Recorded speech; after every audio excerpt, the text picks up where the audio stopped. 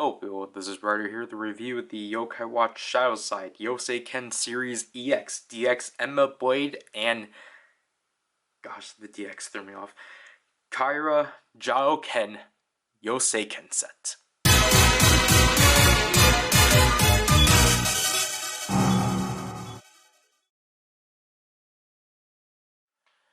So yeah, this was an actual surprise to me at least. This was the second to last Yoseiken set to get released. However, this set is actually comprised of new Yoseikens. However, they're kind of in the same style as the Fudo Raimeiken, Fudo Myoja version, as they basically, these are re-releases of two previous Yoseikens during Shadowside's movie, as the main weapon that got released, the Yami Enma Agito, came with the Yoseikens of Enma and Kaira. But they're basically similar to the Fudo Raimeiken with the QR code, but they were like the size of this. Like, they barely had a blade. So again, they re-released them to be in the style of the Yokai Watch Busters 2, and like just so that they can be compatible with the Yokai Watch Elda, basically. So, taking a look at this, obviously, the first Yoseiken we would take a look at is the Enma Blade. Obviously, Enma is a very prominent character within Yokai Watch, I think since the second movie.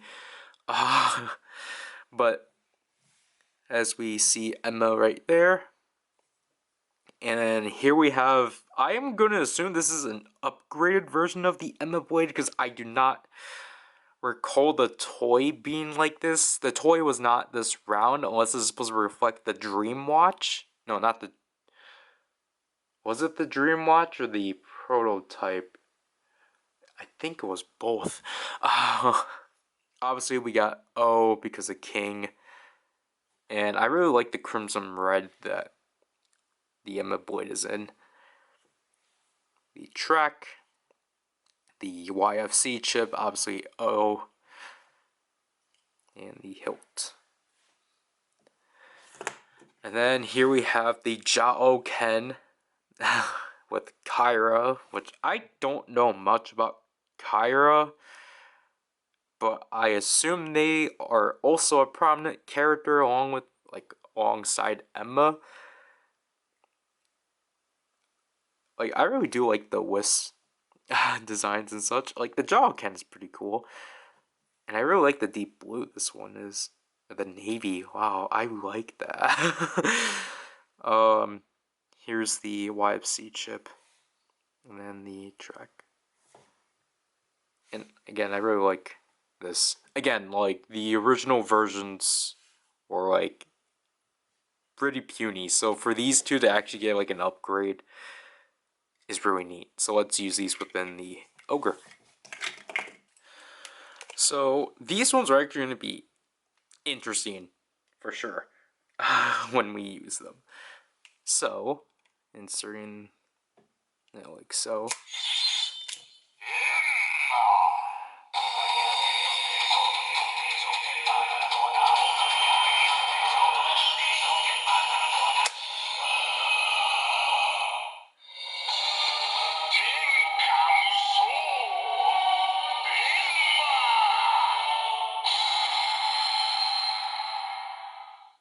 So yeah, interestingly, it doesn't do a full-on jingle. It just kind of like does the Gaim thing. And like, you know, speaking of Gaim, it says Tenka Muso, which if you don't know, that was the same phrasing they used with the Gaim Kiwami Arms Ride watch, which I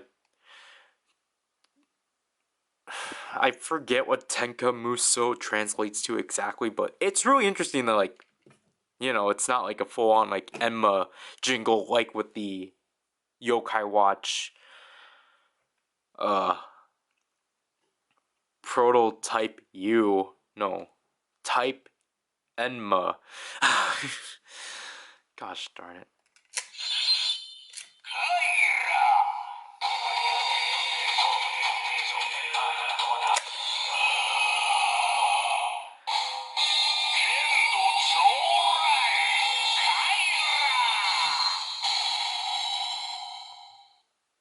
Yeah. I don't know much about Kaira, so I can't really comment about that. Besides, I really do like the instrumentals.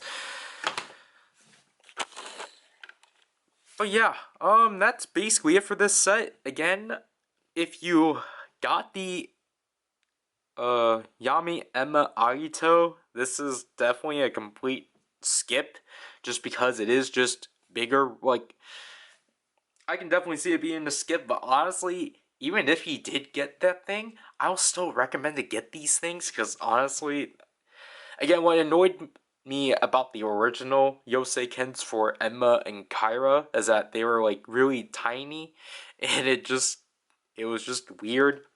So I don't mind having these two versions just because they look a lot better.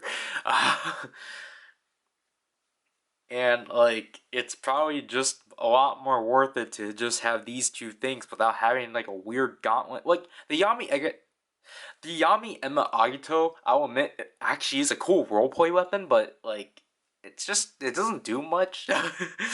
So, and I don't really know the purpose of it because I think it's supposed to be Enma and Kaira combined or something like that. I don't remember. But yeah, so if you either want to replace those two Yoseikens or just want a cheaper alternative to get these two, yeah, I recommend getting these sets. Obviously, obviously like I guess I would say these ones are not as like redeemable as like the main five, but honestly, like because of the fact these two are very prominent characters, especially Emma, I would have to say go for them. To which I again, this went for the same retail price as the other two sets, $15 about. I got this for like $11 off of Macari and such, so it wasn't too bad and such.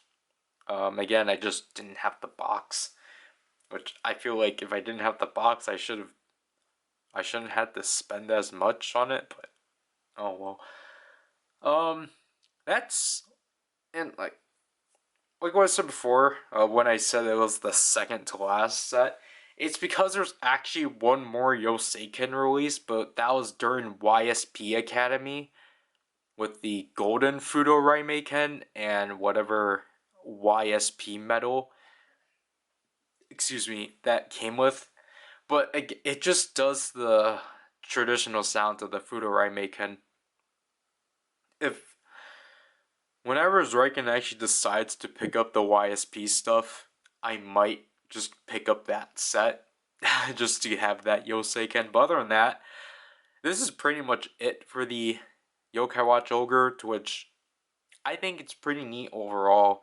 I think this is like a nice way to like round out the Yoseikens. There is technically one more sound that isn't released, but it's just a generic Yoseiken sound, to which is kind of in the similar format of these two Yoseikens. To which, like, yeah, that would have been cool of them to release. Like, obviously, like, these ones aren't as intuitive as the Yokai medals, but at the same time, though, it's kind of a good thing it's not, just because of, like, definitely the thing with Yokai Watch, as I explained before, is that, the fact that, like, I think the thing that kind of hurt the series is, like, just how much you had to collect for it. And if, like, for example, if you jumped in, like, a year in, you're already lost because you can't go back and get, like, the older medals. Like, they're not going to be, because they're not going to bother with that. So you kind of have to get the medals as they get released and such. Speaking of medals, I'll have to do this review. So this is Ryder, and I'll leave you people. What an abrupt ending.